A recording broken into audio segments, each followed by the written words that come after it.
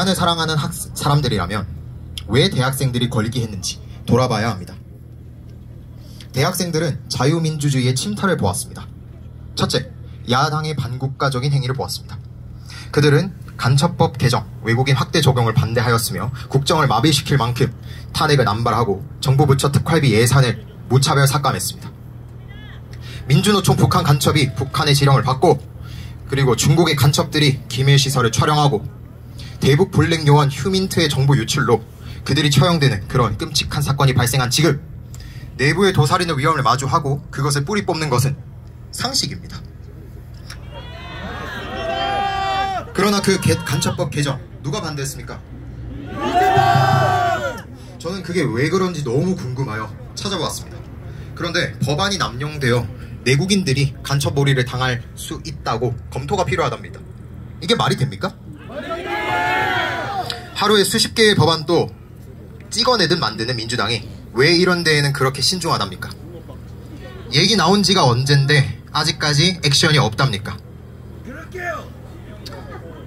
야당이 자기의 마음에 안 든다며 발행한 탄핵안 수가 무려 29건입니다.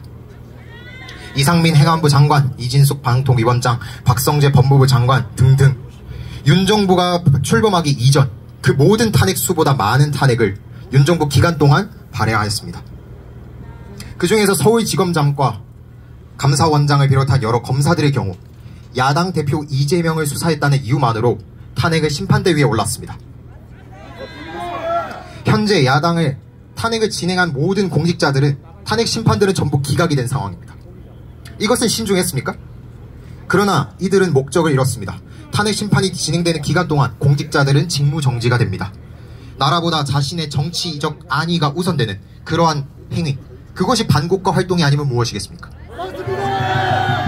둘째, 자유민주주의의 기본이 되는 선거, 그리고 그것을 감독하는 선관위가 부정부패의 온상이었습니다.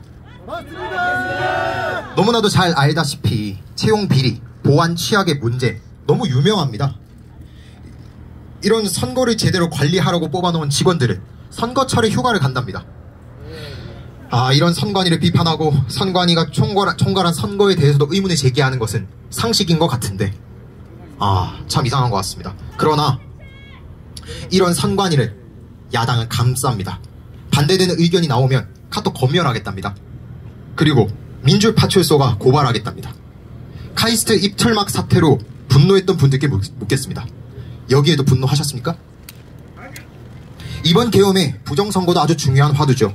김어준과 이재명도 주장하고 대통령께서도 주장하셨으면 여든 야든 원한다는 것인데 짚고 넘어가면 안 됩니까? 짚고 넘어가는 게 혹자가 좋아하는 국민 눈높이에도 맞는 거 아니겠습니까? 부정선거가 반드시 있었다라고 후원장담하는 것이 아닙니다. 허나 자유민주 국가에서 유권자로서 충분히 검증을 요청할 수 있는 것이고 여야 모두가 제기했던 의문인데 음모로만 치부하면 안 되는 것이죠. 저희는 보았습니다. 세 번째, 부당한 탄핵 심판 절차와 대통령의 구속을 보았습니다. 체포조가 있었다느니, 화학무기를 살포하겠다느니, 인민공으로 위장시킨다느니 가짜뉴스가 많아도 너무 많습니다. 오히려 최근에는 홍장원 메모의 패적 감정, 그리고 곽종근 회유 정황 등 초기에 널리 퍼졌던 것과 사뭇 다른 의혹들이 제기되고 있습니다. 물론 저희는 어디까지가 진실이고 어디까지가 거짓인지 알 수 없습니다. 그러나 이런 오염된 진술, 문서들조차 헌재에서는 증거로 채택하였습니다. 윤석열 대통령의 방어권은 보장되지 않고 재판은 그들 입맛대로 진행되었습니다. 권한쟁의 심판의 경우 변론이 끝난 다음 날 바로 평의회에서 결론을 내렸으며 그조차도 며칠 안에 선고하겠다고 으름장을 냈습니다. 이는 헌법재판소 36년 역사 속 처음 있는 일입니다.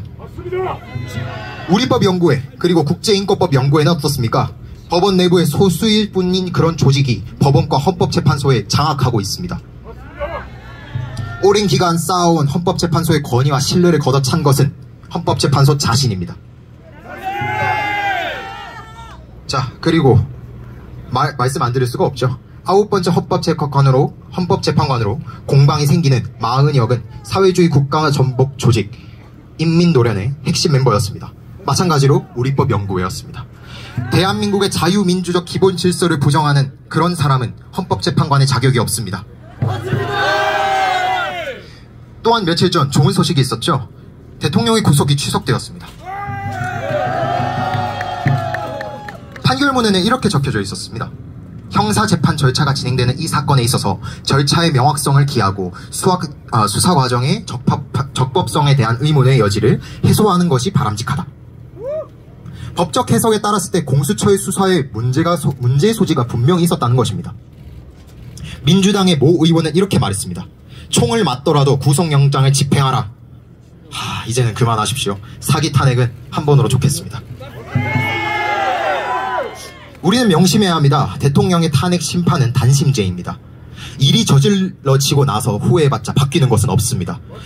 대한민국의 그 누구도 법치를 무시하고 국민 주권으로 뽑아낸 선출한 그런 대통령을 끌어내린 자격은 그 누구도 가지고 있지 않습니다. 여러분, 이제는 속지 맙시다. 민주당이 만들고자 하는 사회는 25만원을 주고 생색을 내는 배급 사회입니다. 5.18 특별법과 4.3 특별법으로 역사를 자기 입맛대로 해석하고 그것을 제한하는 억압사회입니다. 국회 증언법과 노란봉투법으로 기업을 망치는 퇴보사회입니다. 여러분, 대한민국은 이념적 기로에 서 있습니다. 그 한복판에 서 있습니다. 자랑스러운 대한민국은 북한 공산 전체주의 세력에 맞서 자유의 정신을 지킨 훌륭한 나라입니다. 다부동 전투와 인천 상륙 작전은 대한의 가슴을 뜨겁게 하였고, 자유를 전복하려는 불의에 맞서 국경을 초월해 함께 맞서 싸운 순간들은 찬란하고 정의로운 역사로 기록되었습니다. 저는 카이스트인으로서 구국의 심정으로 간명한 메시지를 전합니다. 나 김도우는 자유민주주의를 지지하고 자유 대한민국을 지지하며 우리는 물러서지 않을 것입니다. 감사합니다. 김도훈이었습니다.